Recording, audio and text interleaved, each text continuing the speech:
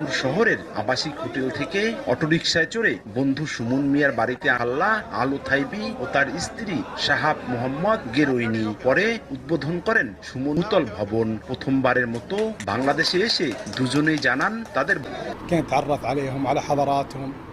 প্রথমবারের মতো বাংলাদেশে এসেছি।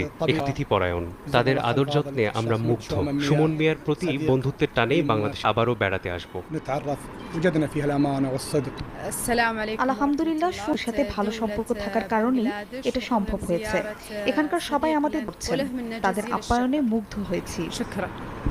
এদিকে সৌদি নাগরিক হচ্ছেন এলাকাবাসী, ছুটে আসছেন শিশু কিশোররাও। তাদের সবার জন্যই আয়োজন করা হয়েছে মজাদার সব খাবার।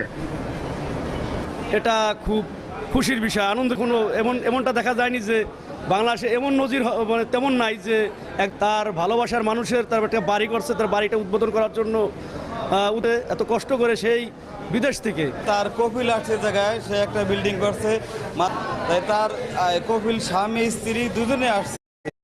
বাংলাদেশে আসেন মাদারীপুর শহরের একটি আবাসিক হোটেলে। আগামী রোববার তাদের নিজ দেশে। সঞ্জয় কর্মকার, অভিজিৎ, সময় সংবাদ।